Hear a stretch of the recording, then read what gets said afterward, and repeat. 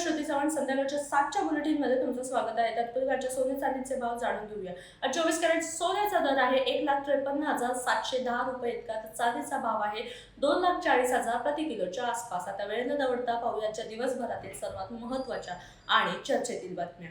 मनसेकडून वैद्यकीय कक्षाचे उद्घाटन. मनसेच्या वतीने वैद्यकीय कक्षाचे उद्घाटन करण्यात आले. यावेळी मनसे नेते राजू पाटील यांनी विविध सामाजिक आणि राजकीय मुद्द्यांवर पक्षाची भूमिका मांडली.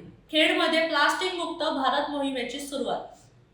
खेडमध्ये प्लास्टिक मुक्त भारत मोहिमेचा शुभारंभ झाला. विद्यार्थ्यांनी तयार केलेल्या 8,000 कापडी पिशव्यांचे वाटप करून नागरिकांना प्लास्टिकचा वापर टाळण्याचे आवाहन करण्यात आले.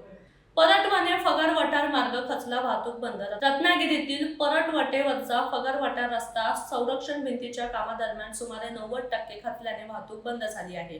यामुळे नागरिक व विद्यार्थ्यांना मोठा वळसा घालत प्रवास करावा लागत असून बांधकामातील हलगर्जीपणामुळे हा प्रकार घडल्याचा आरोप स्थानिकांनी व्यक्त केलाय.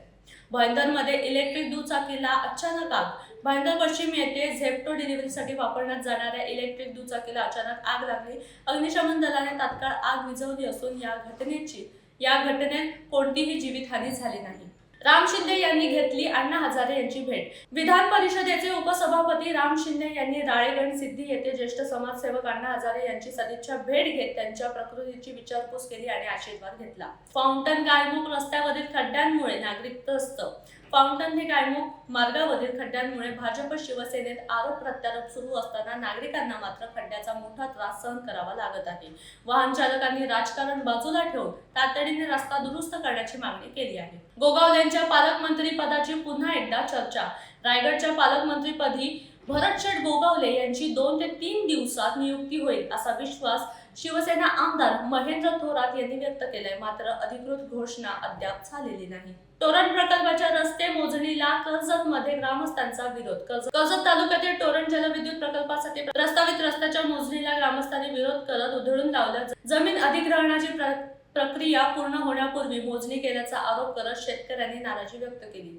चिपळूणमध्ये बालकाच्या मृत्यूनंतर रुग्णालयात तणाव. चिपळूणमध्ये रुग्णालयात उपचार घेऊन घरी परतलेल्या 5 वर्षीय मुलाचा मृत्यू झाल्याने नागरिकांनी संताप व्यक्त केला. मृत्यूचे कारण अद्याप स्पष्ट झाले नसले तरी रुग्णालयात गर्दी झाली असून पोलिसांनी घटनास्थळी दाखल होत परिस्थिती नियंत्रणात आणली आहे. कांदळवन कारवाईवर मच्छीमारांना दिलासा. रायगडमधील कोळीवाड्यालगत कांदळवन क्षेत्रातील कारवायांबाबत मंत्रालयात बैठक पार पडली.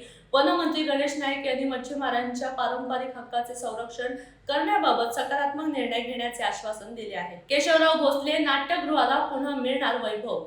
आगीत नुकसान झालेल्या कोल्हापुरातील संगीत सूर्य केशवराव भोसले नाट्यगृहाची पुनर्बांधणी पूर्ण झाली आहे. मुख्यमंत्री यांच्या हस्ते रविवारी नव्या नाट्यगृहाचा पडदा उघडला जाणार असून राज्य शासन व विम्याच्या निधीतून हे काम पूर्ण करण्यात आले आहे. सुनेत्रा पवार वक्तव्यावरून मावळात राजकीय संघर्ष. सुनेत्रा पवार यांच्यावरील वक्तव्यावरून मावळात राष्ट्रवादी काँग्रेस आणि काँग्रेसमध्ये वाद पेटला आहे.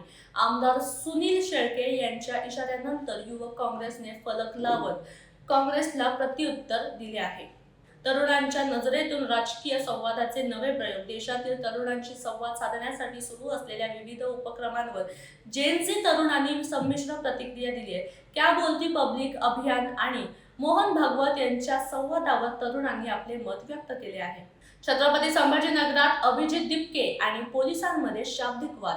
छत्रपती संभाजीनगर येथे अभिजित दिपके यांच्या निवासस्थानी पोलीस अधिकारी आणि दिपके यांच्यात शाब्दिक वाद झाल्याची घटना घडली आहे. भेटीस येणाऱ्या नागरिकांची पोलिसांच्या वर्तनावर आक्षेप घेत दिपके यांनी नाराजी व्यक्त केली.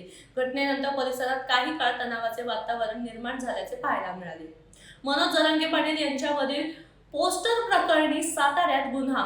व्हॉट्सअप ग्रुपवर मराठा नेते मनोज जरांगे पाटील यांच्याबाबत आक्षेपार्ह मजकूर पोस्ट केल्याप्रकरणी संपत जाधव यांच्यावर सातारा शहर पोलीस ठाण्यात गुन्हा दाखल करण्यात आलाय. घटनेनंतर मराठा समाजाचे कार्यकर्ते पोलीस ठाण्यात जमा झाले.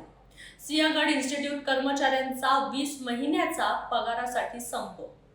पुण्यातील सिंहगड इन्स्टिट्यूटमधील शिक्षकेतर कर्मचाऱ्यांनी प्रलंबित 20 महिन्याच्या वेतनाच्या मागणीसाठी 9 दिवसांपासून काम बंद आंदोलन सुरू केले आहे. मात्र व्यवस्थापनाकडून अद्याप कोणतीही प्रतिक्रिया देण्यात आलेली नाही. अकोल्यातील सावित्रीने दिले पतीला यकृत दानातून जीवनदान. अकोल्यातील वर्षा इंगळे यांनी स्वतःच्या यकृताचा काही भाग दान करून पती प्रशांत इंगळे यांना जीवनदान दिले. मुख्यमंत्री वैद्यकीय सहाय्यक निधी आणि टाटा ट्रस्टच्या मदतीने मुंबईतील नानावटी रुग्णालयात यशस्वी यकृत प्रत्यारोपण करण्यात आले. भाईंदरमधील शाळेच्या इमारतीला आग. भाईंदर पश्चिम येथील बिशप्स इंटरनॅशनल स्कूलच्या इमारतीला शुक्रवारी सकाळी आग लागली. सुरक्षा रक्षकांच्या सतर्कतेमुळे अग्निशमन दलाला तात्काळ माहिती मिळाली आणि जवानांनी काही वेळात आग नियंत्रणात आणली. पिंपरीतील तालेरा रुग्णालयात ऑक्सिजन गळती. पिंपरीतील तालेरा रुग्णालयात ऑक्सिजन सिलेंडरमधून गॅस गळती झाल्याने काही काळ भीतीचे वातावरण निर्माण झाले. सलग घडलेल्या घटनांमुळे रुग्णालयातील उपकरणांच्या देखरेखीवर प्रश्न उपस्थित होत आहेत.